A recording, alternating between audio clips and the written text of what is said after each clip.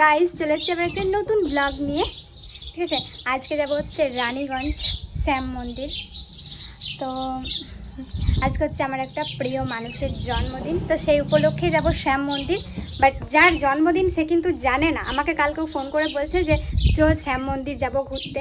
আমি তখন বললাম ঠিক আছে যাব। আমি ওকে জিজ্ঞাসা করছি যে কী জন্য যাবি, বলছে এমনি চ ঘুরতে যাবো, অনেক দিন যাবত ঘর থেকে কোথাও যাই নাই, ঘরেই আসি, ঘুরতে যাবো সেই জন্যে।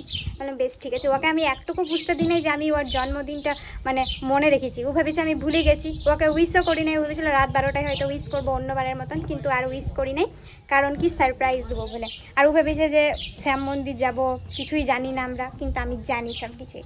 যাই হোক, ওকে যেয়ে পরে ওখানে সারপ্রাইজ দেবো ওকে। আর প্রিয় মানুষটা কে সেটা দেখতে হলে তো পুরো ভিডিওটা দেখতে হবে।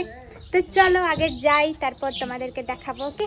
তারপর টোটো করে সোজা চলে এসেছিলাম চিচুড়িয়া মোড়, কারণ চিচুড়িয়া মোড় থেকে আমাদেরকে বাসে চাপতে হয়, তারপরে রানীগঞ্জ হোক বা আসানসোল হোক যাওয়া যায়। তো আমরা সেদিন গেছিলাম রানীগঞ্জ শ্যাম মন্দির, তাই আমরা রানীগঞ্জের বাসের জন্য অপেক্ষা করছিলাম। আর এখনকার দিনে বাইরে কোথাও ঘুরতে যাওয়া মানে নিজের সর্বনাশ নিজে ডেকে আনা। এরকম কেন বলছি বলো তো? এখন যা রোদ, কোথায় মাথা ঘুরে অজ্ঞান হয়ে পড়ে যাবে তার নাই ঠিক। এবার তোমরা বলবে তাহলে রোদে রোদে ঘুরতে কেন গেছো? কি আর করবো বলো, বান্ধবী এত সুন্দর করে বললো যে চল ঘুরে আসি, পুজো দিয়ে আসি, সেজন্য আমি আর মানা করতে পারি না। বললাম ঠিক আছে। আর তার উপর আবার ওর জন্মদিন, সেজন্য আরো বেশি করে মানা করতে পারিনি। যাই হোক, তারপর কিছুক্ষণ ওয়েট করার পর আমাদের রানীগঞ্জের বাস চলে এসেছিল। আর তারপরে আমাদেরকে নামান দিন ছিল শ্যাম মন্দিরের ঠিক কাছে। তারপর ওইখান থেকে পুজোর জিনিসপত্র কেনার পর আমি আস্তে আস্তে সিঁড়ি বেয়ে উঠছিলাম মন্দিরের ভেতরে যাওয়ার জন্য। কি আর বলবো কষ্টের কথা, সে অগ্নি পরীক্ষা দেয় না আগুনের ওপর হেঁটে হেঁটে, আমারও ঠিক সিঁড়ি গালাতে উঠার সময় ওরকম মনে হচ্ছিল। কারণ সেদিন যা রোদ দিন ছিল, মনে হচ্ছিল সূর্যটা যেমন শুধু রানীগঞ্জটাকে দেখতে পেছে, আর কাউকে দেখতে পেছে না।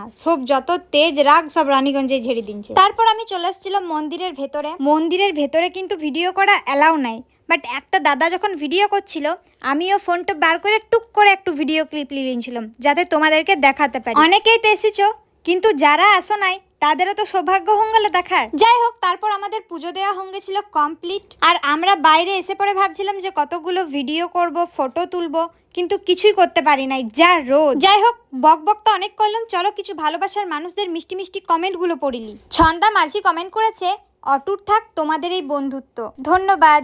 রাজু বাগদি কমেন্ট করেছে আমি তোমাদের সব ভিডিও দেখি, তোমাদেরকে খুব ভালো লাগে, ধন্যবাদ। মনিকা দাস কমেন্ট করেছে খুব ভালো লাগলো দিদি ভাই, ধন্যবাদ। ধীবল লক্ষ্মী কমেন্ট করেছে কমেন্টটা পড়ে আমার এত ভালো লাগলো কি আর বলবো, তোমরা না হলে নিজেরাই কমেন্টটা পড়ে নাও। তোমাদের সবাইকে অনেক অনেক ধন্যবাদ আমার ভিডিওতে এত সুন্দর সুন্দর কমেন্ট করার জন্য। গাইস, আজকে শ্যাম মন্দির এসেছি কিসের উপলক্ষে তোমাদেরকে বলি নাই, যে বলেছিলাম যে একটা প্রিয় মানুষের জন্মদিন। তার জন্মদিন হচ্ছে এই যে এর, আর এর জন্য আমি একটা ফুলও কিনে রেখেছি। আই লাভ ইউ বান্ধবী, আই লাভ ইউ টু। শুভ জন্মদিন, থ্যাংক ইউ।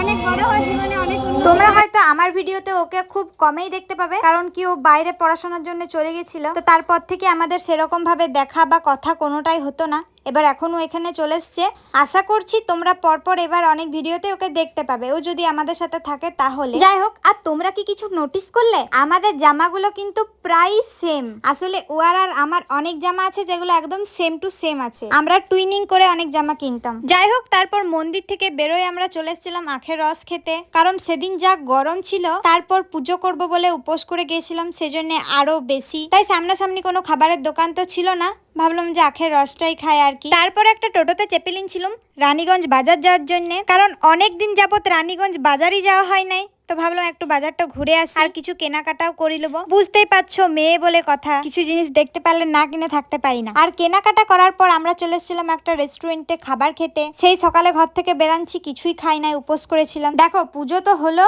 এবার পেট পুজোটাও তো করতে হতো, সেজন্য পেট পুজোটা তো ওইখান থেকেই করে নিলাম। তারপর বাসে চেপে আমরা সোজা চলে এসেছিলাম চিচুড়িয়া মোড়, আর চিচুড়িয়া মোড় থেকে টোটো করে আমরা চলে গেছিলাম আমাদের বাড়ি। যাই হোক, তো এই ব্লগটা এখানেই শেষ করছি। তোমরা সবাই ভালো থেকো, সুস্থ থেকো। কে কোথা থেকে আমার এই ভিডিওটা দেখছো অবশ্যই কমেন্ট করে জানাবে, আর কে কে শেষ পর্যন্ত দেখলে সেটাও কমেন্ট করে জানাবে, তাহলে নেক্সট ভিডিওতে তোমাদের নামগুলো বলবো। তো চলো টাটা, দেখা হচ্ছে নতুন কোনো ব্লগের সাথে। রাধে রাধে।